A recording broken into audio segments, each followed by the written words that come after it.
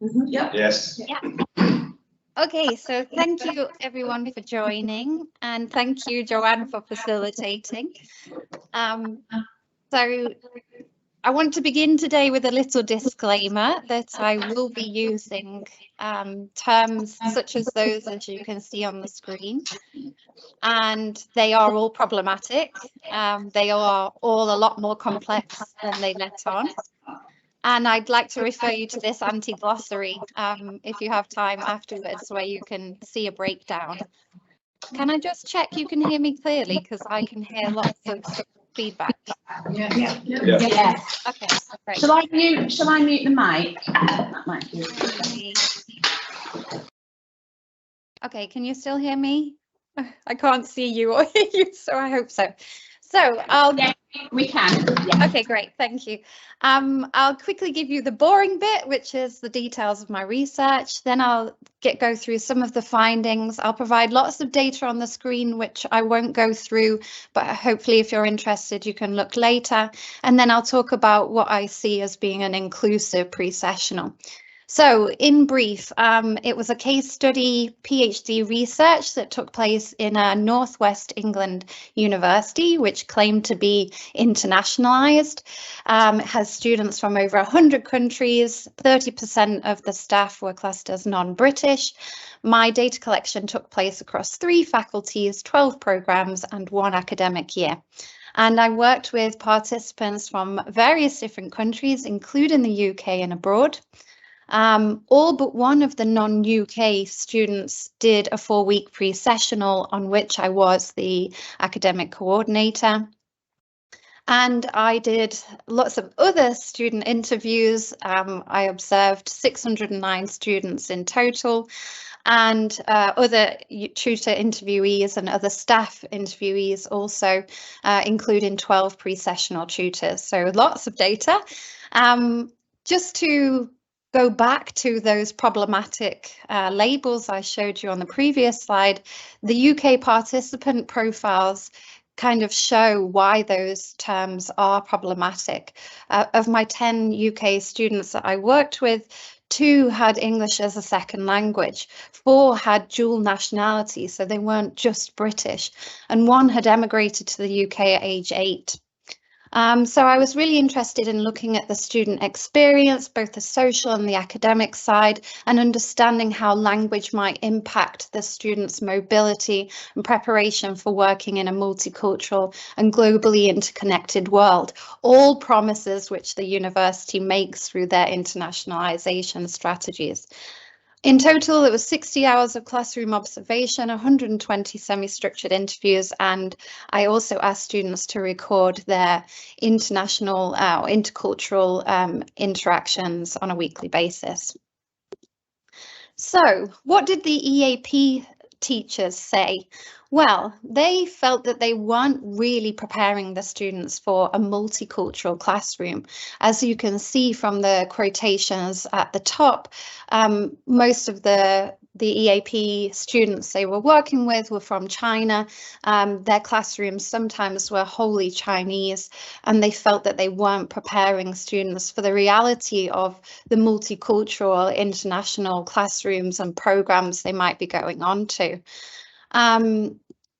Similarly, they felt that they weren't preparing their students for interactions with British students or even British tutors sometimes, because obviously in the EAP classrooms, they were having interactions mostly with students of their own first language, but obviously no British.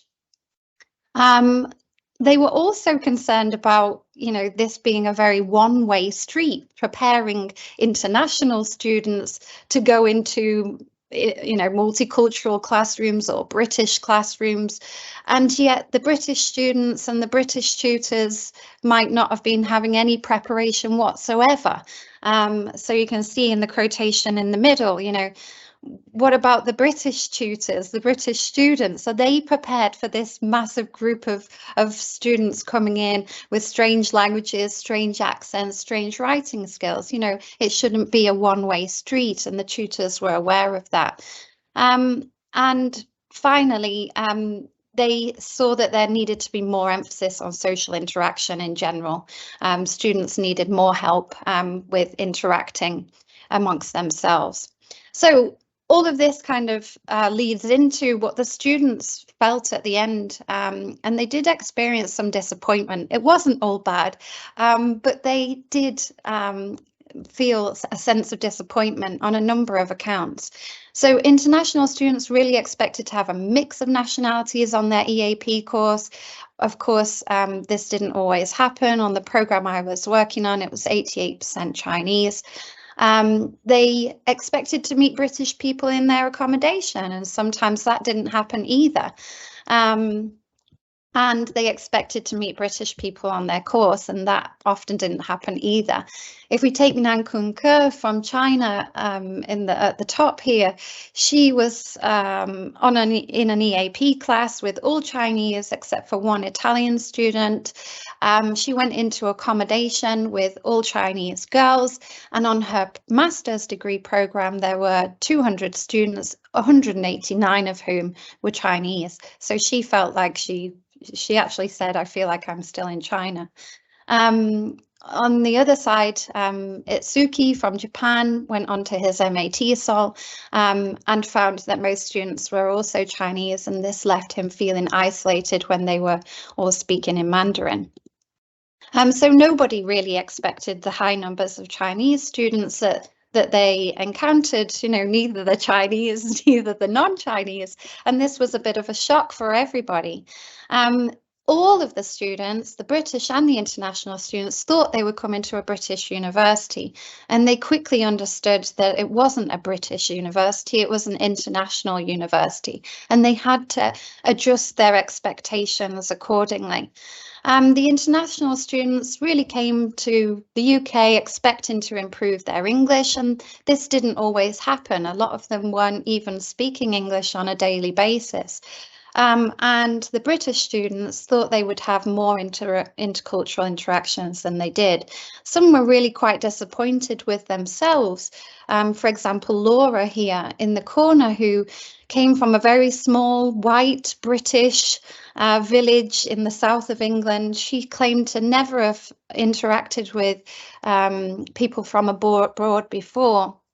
And before, she said she had an excuse for not doing that. She didn't have the opportunity, whereas at the university she did, and she still wasn't having these interactions. And she said, am I worse now? Am I more enclosed in myself? So there was disappointments, on all accounts. Within the classrooms, there was a lot of challenges going on in understanding tutors. And this was different for the British students compared to the international students. Again, there was a shock that the British students were faced with tutors from different countries with different Englishes, different accents.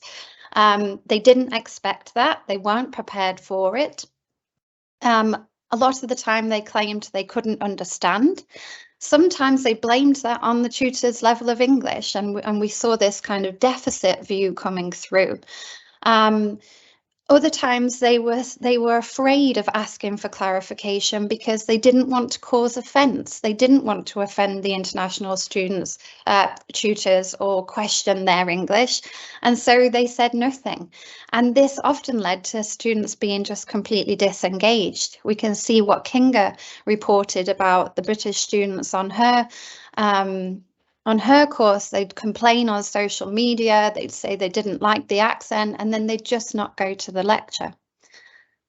The international students took a kind of different approach when they didn't understand. They also had difficulty with different accents, particularly with British regional accents.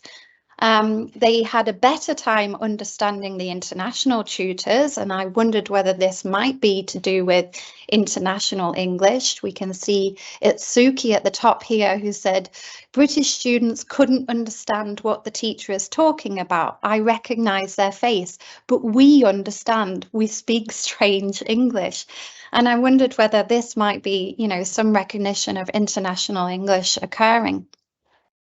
When the international students didn't understand their tutors, they blamed it on themselves, on their own English, and they had a deficit view of their own English.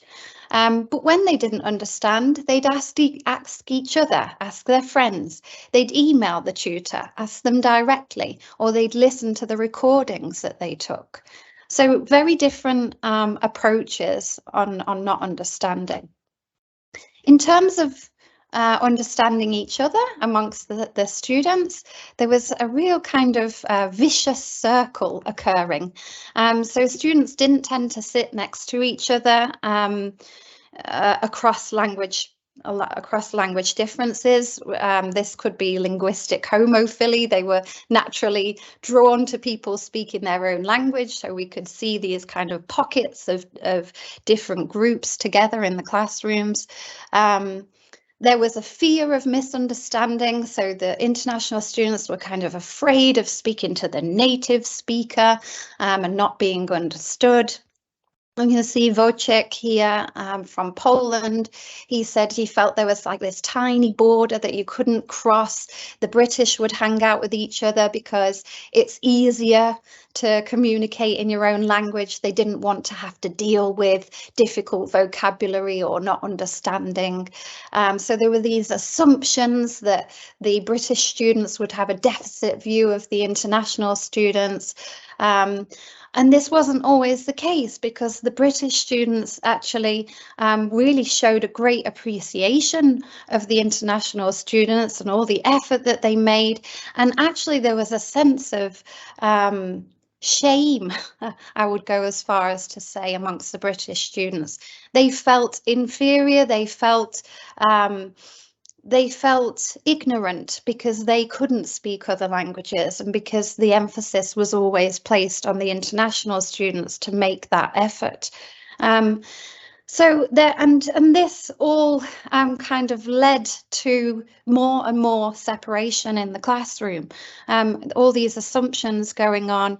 The British students were aware that they were often dominating the conversations, and they also were very afraid when the international students were speaking different languages. They felt paranoid. They weren't comfortable with translanguaging occurring.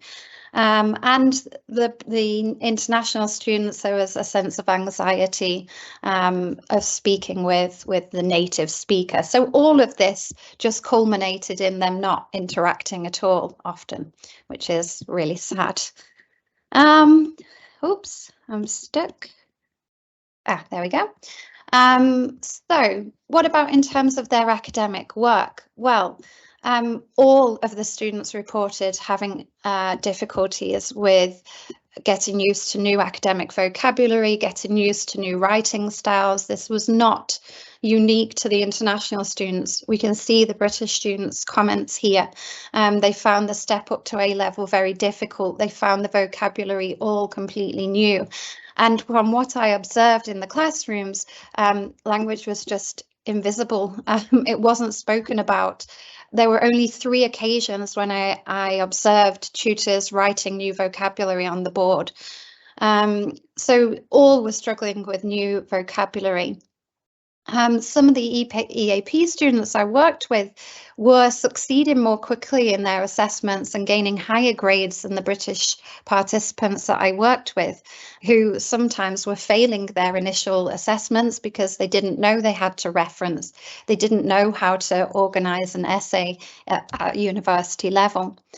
Again, there were all these assumptions. The international students assumed that writing would be easier for the British students, so the British students often had the bulk of the work to do. In group work, it would be put onto them to do the editing, to put things together, which they were generally happy about, but you know, that sometimes came as a shock to them. They also were using tools such as Grammarly and struggling to try and understand what the tutors were wanting.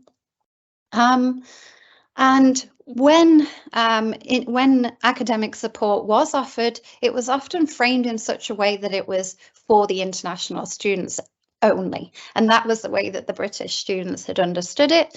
And it seemed to be the way the international students understood it as well. So, in a worst case scenario, students were facing difficulties understanding their tutors. This meant that sometimes they couldn't even access the academic content. This was before the days that all lectures were recorded. So, some content was just completely lost. Students were facing difficulties when interacting with each other, particularly across linguistic barriers.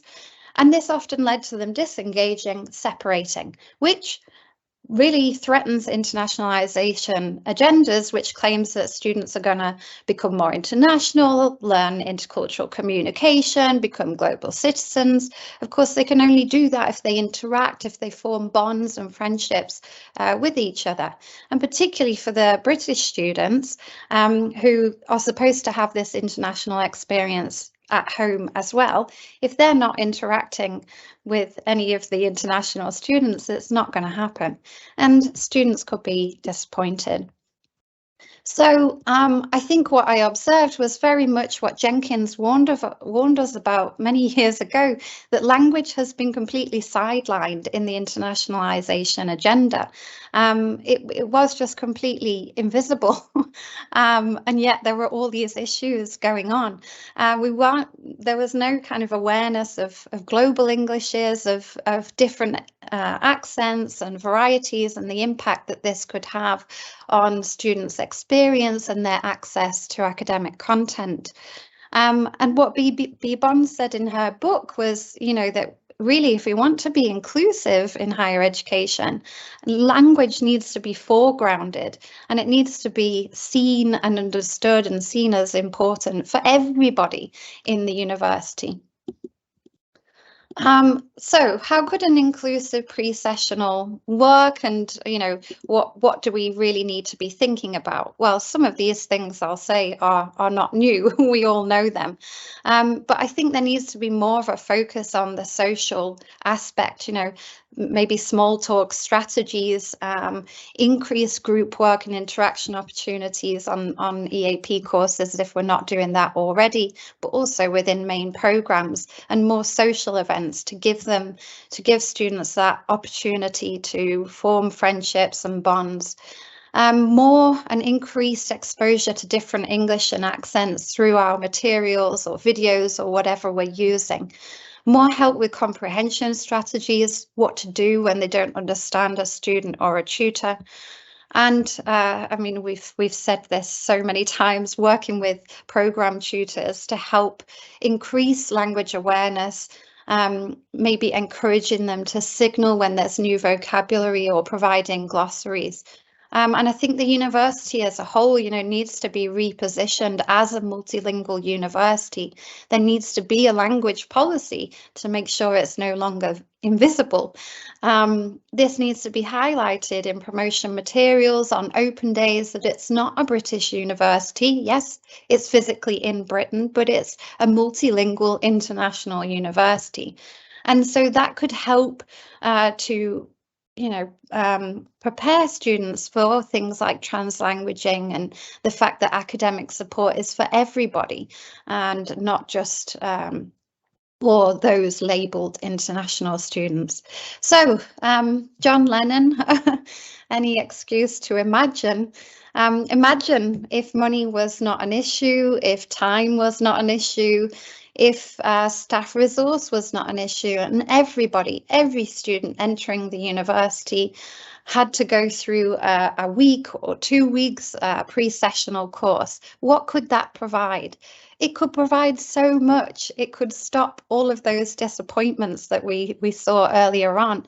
It would provide all students with that kind of buffer time to be aware of the diversity that they're going to encounter on their programs, to be aware of the different Englishes and accents out there, and to have more exposure to them, more practice, be prepared for their international tutors or for their regional British accent tutors. An acceptance of translanguaging, that is a thing, that it's a natural phenomenon for those with complex linguistic repertoires, and for the British students to know that they don't need to be paranoid each time that occurs. British students particularly needing comprehension strategies for dealing with not understanding others, you know, and not being afraid to ask for further clarification and not to just switch off and disengage. Importantly, more opportunity to engage cross-culturally, which helps with the internationalisation agendas, will help them to become those global citizens and improve their intercultural communication. More preparation for working in their multicultural group work, and particularly when that's on assessments. And crucially, we know that the pre-sessional is a special time for all students because it's less pressure, it's time to socialise, make friendships, which a lot of students then don't have time to do, particularly the postgraduates when they get onto their main programmes. And if we can foster those relationships beforehand, you know, there's plenty of research out there showing that that will just improve their experience so much. Okay, I think I am out of time. Are you still there, Joanne? I'm still here. Thank you very much. I'll just stop the recording.